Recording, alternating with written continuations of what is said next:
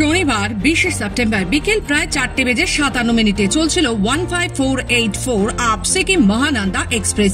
ঠিক সেই সময় চালক শ্রী এ কে মিশ্র ও সহকারী চালক শ্রী এস জি মাহান্তা লক্ষ্য করেন নাগরাকাটা চালসা স্টেশনের মাঝখানে রেল লাইনের ওপর দিয়ে হাঁটছে একটি হাতি। মুহূর্তের মধ্যে পরিস্থিতি আঁচ করে চালকেরা ট্রেন নিয়ন্ত্রণে আনেন।